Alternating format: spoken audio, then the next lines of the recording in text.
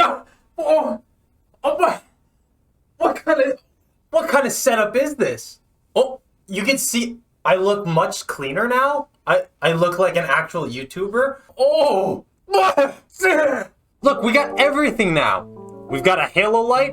We've got a nice quality camera. We've got YouTuber lights.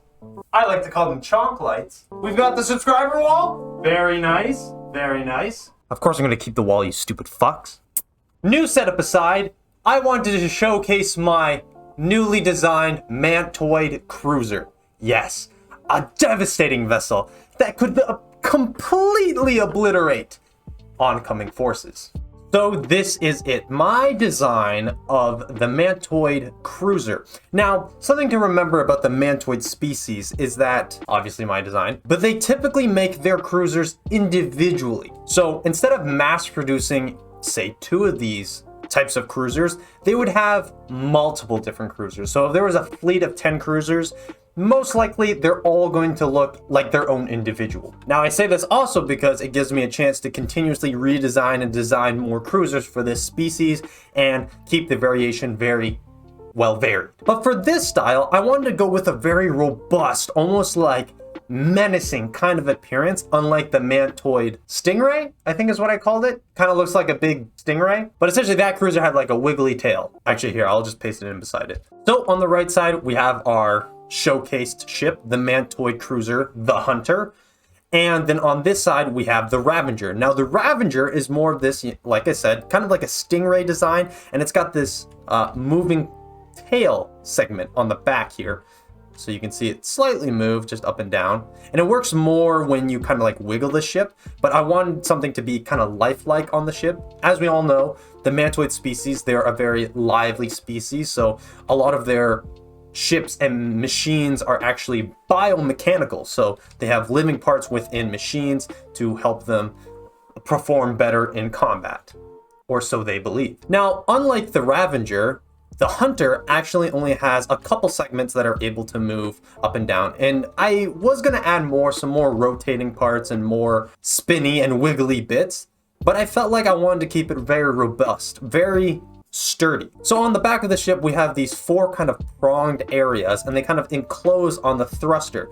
Now, I wanted them originally to kind of fold out completely and all have thrusters on them for like an extra boost. But then I decided, fuck it. So now they just kind of open up a little bit to give a little more over exaggeration when the ship is going to fly forward. And then paired with this, at the front, we have 12 of these kind of like finger-like or antenna structures with little lights on them. As you can see, they are lime green, as the Mantoid species love. And they simply just kind of flare out in on a 20-degree angle, and it just kind of gives it a little more, lively appearance. So essentially those hinges would swivel open and prepare for a ram or some sort of advanced movement. So before we get into a little bit of a weapons test, just to kind of showcase its weapons and its power, I just wanted to give you an idea of scale on the size of this ship. So right across from the Hunter, we have the Monitor class cruiser, which is a carrier, but it is slightly smaller. So same amount of gun points, same amount of damage output, but, with a slight variation. The cruiser has capabilities of fighting off, larger targets, but it really relies on its heavy complement of fighters and troop transport or ground transport. The Ravager, on the other hand, is solely made to obliterate any large ship, and it's paired with these honestly, these are octuple barbette missile launchers. So they just have 4 missile pods on each side, and then I have 4 of those on each kind of corner of the ship. Now, I don't know why I didn't paste in, but there is 2 railguns, 1 on each side, just for like a faster fire rate cannon for this ship. You can see it on this side, it's right over here. And then we have the awesome flechette missiles. They're not too strong, but honestly, they just look amazing when you shoot them out the side of the ship. So we have 12 of those, and those can be fired in salvos of 3. All right, so now that we have both ships just kind of faced off against in front of each other, so I'm just going to turn this all to Space Pirates and see how long the Hunter can actually stand. against like another cruiser.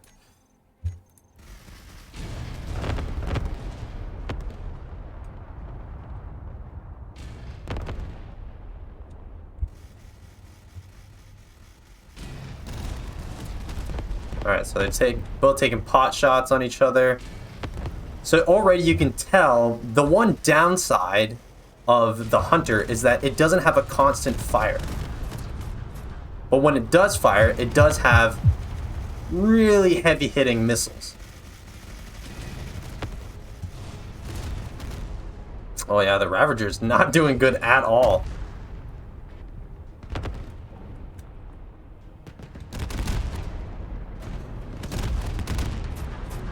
Let's turn it a little over so we can get more missile launchers shooting at it. So honestly, just with the firepower of the Monitor class cruiser, it's easily destroying the Hunter. So maybe it's not as menacing as I thought. Maybe it doesn't actually have the amount of power that it needs to, be something scary, something, devastating to its opponents.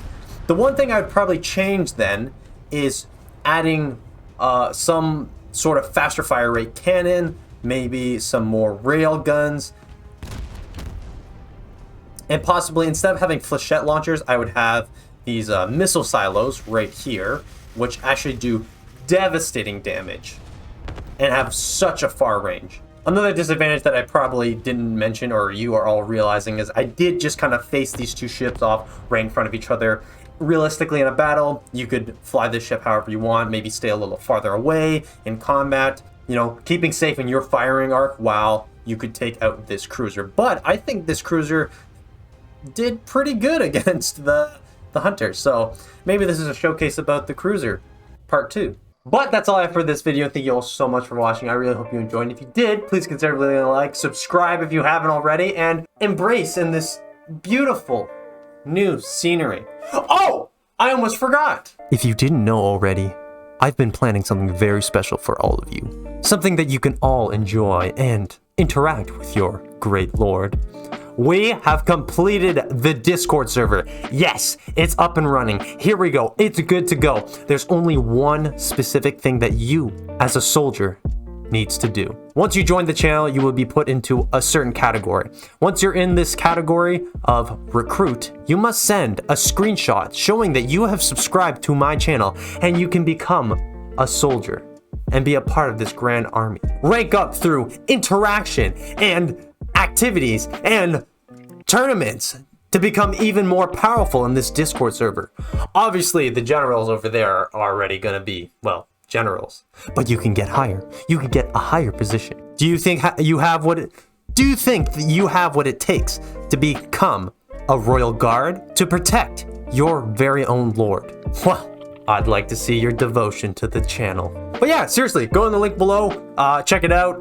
It's still a work in progress, but I have some great help helping out with this server. As everyone knows, if you've ever come into contact with me before on Discord, I am very quiet, but I will try and be there as much as I can. If you have any questions or concerns on the Discord server, my Royal Guard is on almost all the time. I've got 7 members, I think, there.